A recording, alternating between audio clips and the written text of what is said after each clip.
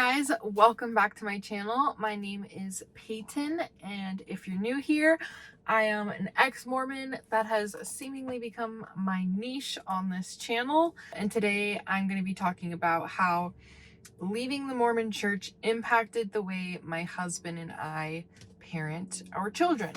I'm in my car because I'm struggling with lighting and sound, and I've got 3 kids in the house. 2 are mine, 1 that I nanny, and everyone's like doing nap time and quiet time, but there's still noise. There are a lot of things that have changed in our parenting, and there are a lot of things that are the same from when we were members of the church. And it's kind of a loaded topic. I'm hoping that it's not too long of a video, but I want to explain myself and why we're doing things the way that we are. And maybe there are other parents out there who have kids and you're leaving the church and it's like, okay, what do we teach them? And one of the biggest things that comes to mind is just the idea of God in general. If you're new here, I have been labeling myself as atheist for quite a while. I wouldn't say quite a year yet, but certain circumstances in my life recently have had me wanting to reconsider the possibility of there being a God. However, I don't like the fear-based teachings of God. I think there's a lot of contradictory things within religion that talk about, how amazing it is to have God in our lives and the things that he does for us and what we owe him, and how amazing of a person Christ was when he was on earth and what he supposedly did for us. I also think there are teachings of, you need to do this, this, and this, or these are the disciplinary things that could happen if you do XYZ. I just don't like the fear-based thing. It makes me think about Santa Claus. We don't teach our kids that Santa Claus is real. If you're a child watching this, sorry. I don't really have children watching me, so I don't know why I would even say that. But yeah, we don't say, oh, we're gonna tell Santa that you did this and you might get coal in your stocking, or you're not gonna get any presents. There's no person or outside third party that is dictating for them what's right or wrong. And that even includes Colin, my husband, and I. We don't want our kids to just believe whatever we believe or anything. We want to teach them to think critically for themselves. We don't teach them that there is or isn't a God. We don't teach them that certain weird behaviors or teachings matter. There are many religious teachings like, the certain clothing that you have to wear, or how and when you lose your virginity, certain substances that are, harmful to our bodies. Like in the Mormon church specifically, coffee's a big one.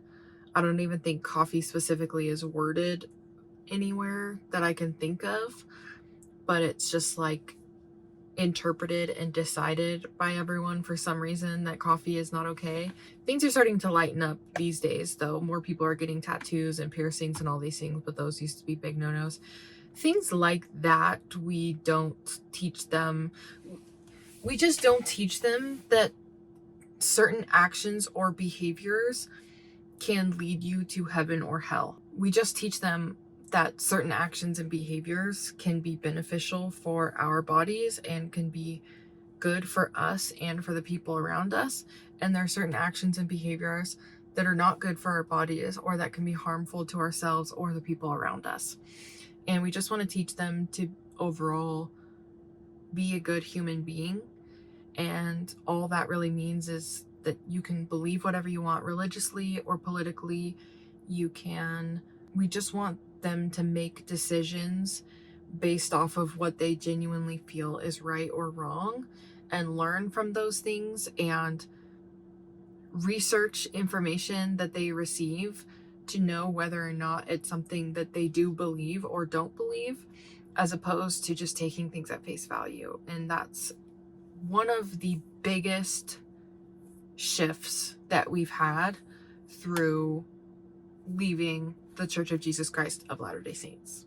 Another big thing is family structures and roles. So the Mormon Church has taught for a long time that there are different roles for men and women. They usually try to be pretty vague when it comes to, full public statements and whatnot. But I mean, there's the family proclamation to the world that states, that a woman's role is within the home and a man's role is to provide for the family. It's talked about a lot that women should try to do everything they can to be in the home, to make the house a home and raise the children and teach the children while the man goes out and works, and that those are kind of the duties, if you will. I am 5 years old because I just said duties and I laughed in my brain. I'm 5 years old. I have the weirdest sense of humor. It's like a little kid. But yeah, and I think that just gender roles, though I understand where they're coming from an evolutionary perspective, we don't teach them that they have specific roles because of their gender. They might naturally fall into those roles because it's what they want, and if that's the case, then that's perfectly fine with me and my husband. We want them to do whatever makes them happy. If they want to go to school and get a good degree and they want to work and they want to do these things, whether it's our daughter or our son, we do not care. We want them to do whatever they want. And this kind of leads into certain discussions that Colin and I have had regarding the LGBTQ plus community, and our thoughts have been pretty consistent from while we were in the church to now. They're pretty consistent. We know that we love our children no matter what. While we were in the church, we discussed that if we were to have, a gay or lesbian or trans child, that we would genuinely love them and that wouldn't change how we feel about them. We felt like it would still be a trial because of the church and the teachings of the church and what other people would say or think. And we kind of had to navigate this whole thing about, how it doesn't matter what other people think. And I don't know, I think that's the biggest thing that has shifted from when we were in the church to now, is while we were in the church, we still cared about what other people would think if that were the case. And we had like hurt in our hearts for our children if that was the case. But now we don't feel that way. We don't care what our kid is or how they identify or whatever. I would cross a line. It would definitely be crossing a line if they wanted to be a dog or a cat or something like that. Like, they're toddlers. They play make believe. But if they were to genuinely start believing that they were a dog or a cat, that's like a fully different line. And we're going somewhere to get them checked out. However, gender dysphoria is very much so a real thing that happens. But I also think gender dysphoria can be misdiagnosed. And so I think that it's something that has to be analyzed very, very carefully. And I think testing for it needs to be much more in depth than it actually is. I think we need to understand that children say things or believe things that may not fully be true, and they might be saying or doing things for different reasons or motives. And so I just think, if we have a child that genuinely has gender dysphoria, that's one thing. We love them. We respect whatever they want to wear, whoever they want to date, whatever. And we feel that way regardless of anything. But we disagree with surgically altering a child's body because of how they feel about it, because we want them to love their bodies for what they are. And again, we know just gender dysphoria is a different thing, and that's not something we're experiencing right now.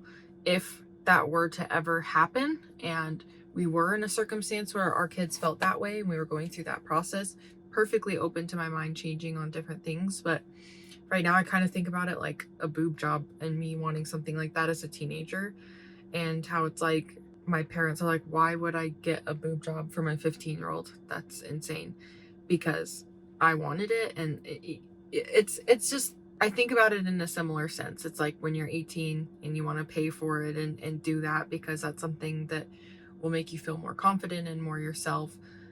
Research it, know the risks, all of that. But as with children, I think it's the parents' responsibility to know that their brains are not fully developed and that their feelings can change over time. And my feelings still change all the time. I'm almost 25 and I change my mind about stuff all the time. And so we would be very, very careful with decisions, if we were to ever experience a child who does end up having gender dysphoria. We don't feel like that's something that's happening right now. I feel like usually you can kind of see those kinds of things pretty early on, and I don't think that that's something that we're going to experience in our household, but you never know.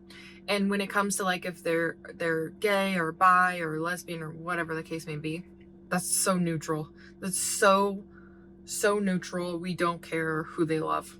We don't. All right, lighting might have changed a little bit. I had to like back up into my garage because the sun was like burning my phone and I was gonna die of heat stroke. And if I turned the heat up or the AC up, it was gonna be too loud and just be blowing in your ears. So yeah. Next, I want to talk about educational choices and religious education choices. So while we were active members of the Mormon Church, at the Church of Jesus Christ of Latter-day Saints, or whatever you want to say, I don't feel like I have to. Sometimes I feel like I have to say that because it's respectful, but I really don't care. Like, you know what I'm talking about. And yeah. But while we were members of the church, this is a tough one. I've been interested in homeschooling my kids for a long time just for educational purposes. My kids are really little and they're very smart and they're doing schoolwork at home that is way above their grade level. They're doing 3rd grade science. Hudson is in like 1st grade math. Kinley probably is too. Like Hudson's probably like barely starting 1st grade math, and Kinley, she's older. She's kind of like more mid to end level of 1st grade math. She might be going into 2nd grade math at this point. But yeah, and Kinley is starting to learn to spell and read. Hudson is writing letters and he can write any letter you ask him to. Kinley's not writing them, but she just can verbally sound stuff out to start reading. She'll use like letter magnets to spell things, and she thinks about certain words and sounds them out in her head and tries to spell them. And right now she's learning how when 2 letters are put together that normally sound differently separately, they make a different sound when they're put together. Like OA makes a O sound, OH makes a O sound, 2 O's make a oo sound, and sometimes E's are silent. So she's starting to learn some of those things. I'm not quite sure what grade level that is for reading and writing. I've got to look into that. Doesn't really matter, but most kids their age don't know those things yet. And I'm not over here saying my kids are better than other kids or smarter than other kids, because other kids are going to learn those things eventually. And when you're applying for jobs in the future, when you're going through school, all of these things, nobody cares how old you were when you learned these things. Everyone's going to learn these things. It doesn't matter how soon. However, if my kids are interested in learning these things, why am I going to put them in preschool to sit there and be bored to death because they already know everything and they're just going to want to play, and they're probably going to be rambunctious because they can't sit still or focus on like all of these things because they already know everything? Why would I do that? And so I've had that since, even as an active member of the church. That was something I thought about, but now I'm still interested in homeschooling for all of those same reasons, but I also feel fearful of brainwashing. While they're so little and their brains are developing at such a rapid rate right now, I'm terrified to expose them to behaviors and beliefs that could brainwash them. They're young enough where they do just believe things that adults tell them or other people tell them, and they take things at face value and everything's very literal. And I'm just not ready to put them in those circumstances. As much as I know it's important for them to be exposed to a lot of those things, I don't know that it's super important while they're so little.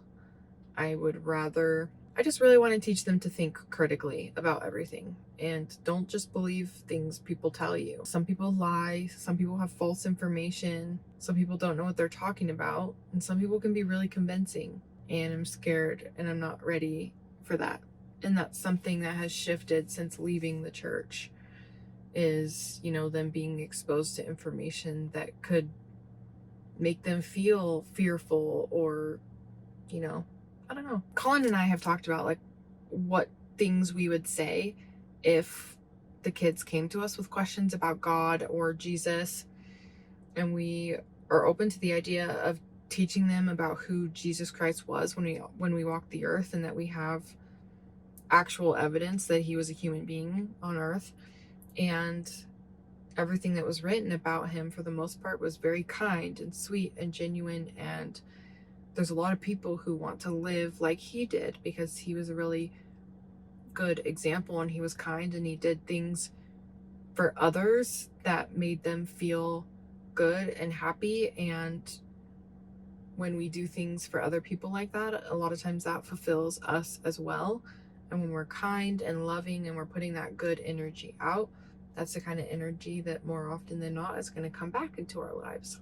In the idea of God, we're perfectly okay with telling them that we don't know. And, here's a list of things that some people believe about God. But something that we really want to reiterate within them is that there are a lot of religions and a lot of beliefs that have different interpretations and ideas of who God is and what he wants from us. And we don't want to teach them that the things that they wear or the things that they eat or drink or the jewelry they decide to have or tattoos or things like that are going to impact their eternal salvation and whether or not they go to heaven or hell. Or if somebody dies within the family and we have to go over this whole death thing and talk about how we also don't know what happens, but some people believe this. And I don't know if my mom, who passed away when I was 19, I don't know if she has a spirit that lives on and that she's around me and knows what's going on. Some people believe that that is a real thing.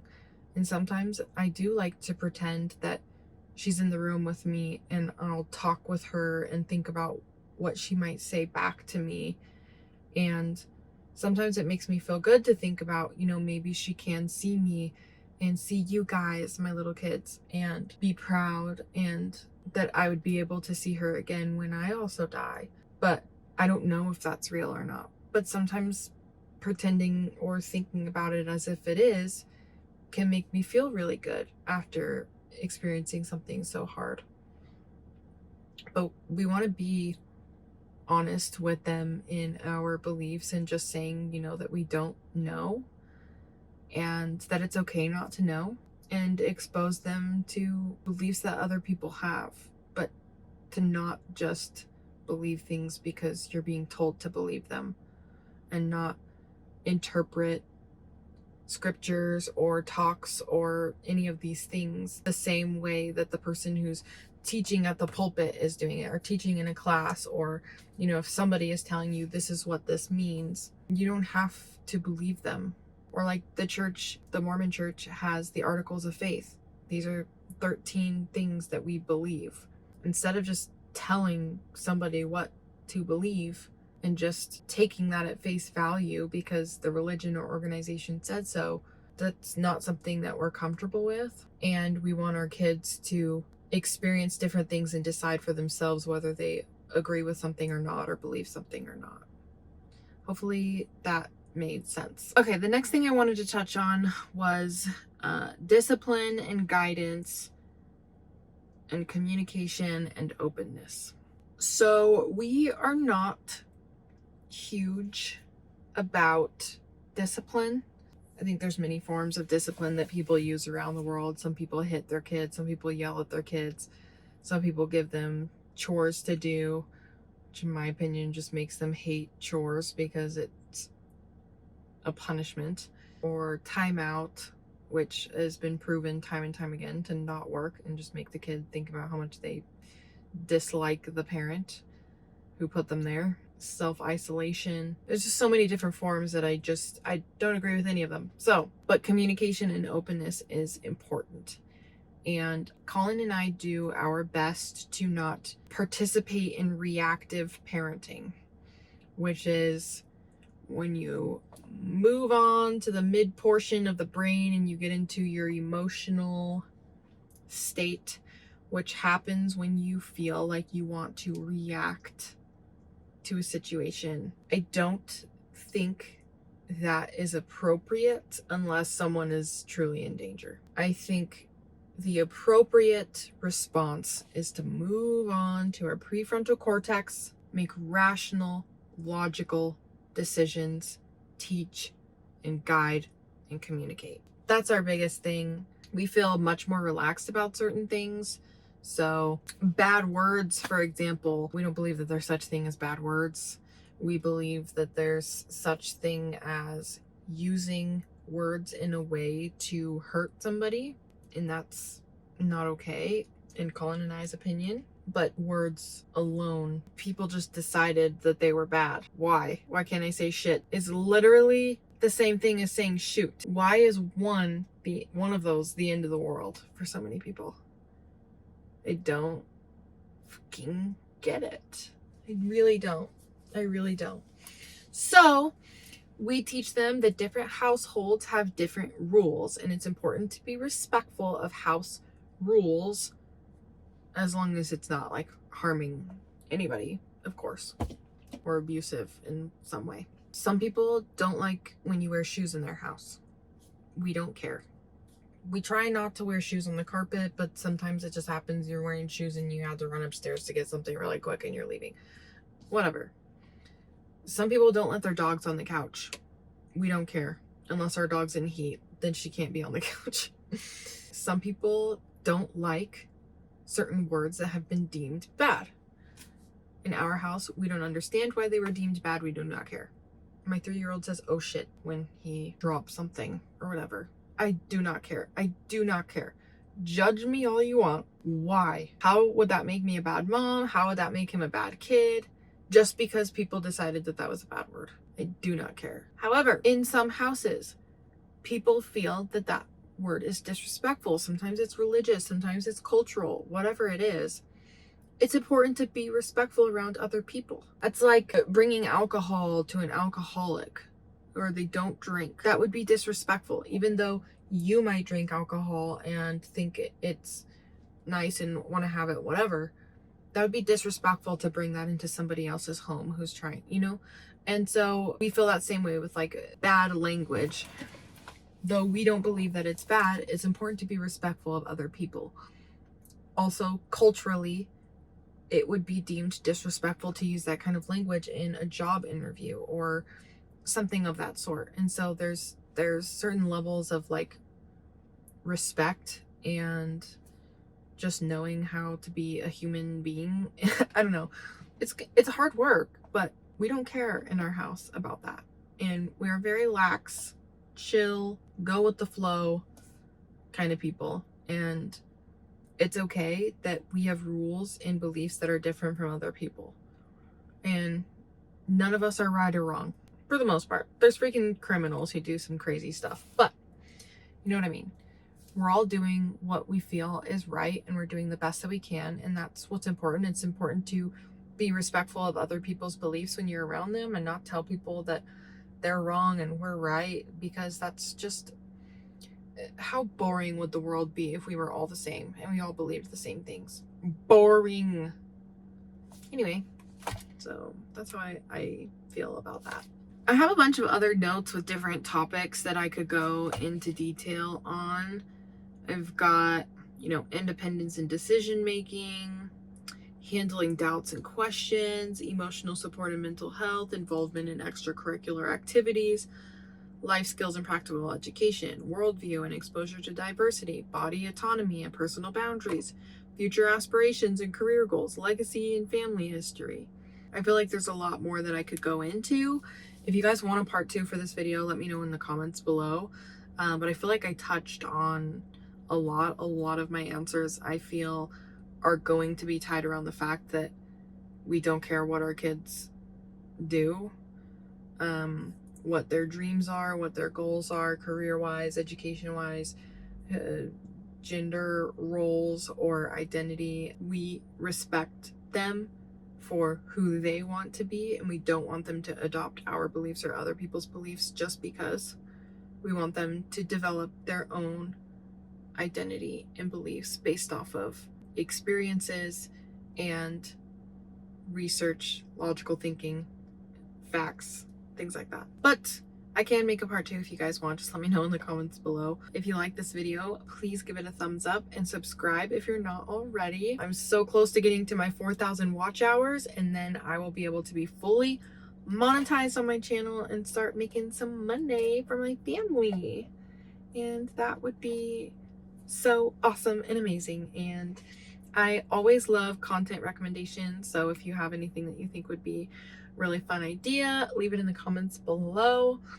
Right now, I'll let you know we're working on another video for the CES letter. We are going to go over the topic of polygamy and the history of polygamy within the Mormon Church.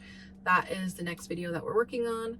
I'm also thinking about filming a video where I read from one of my journals when I was an active believing member of the Church of Jesus Christ of Latter-day Saints, and I think that could be a cute, fun idea too. So yeah, I love you guys. Thank you so much for watching, and I'll see you in the next one. Bye.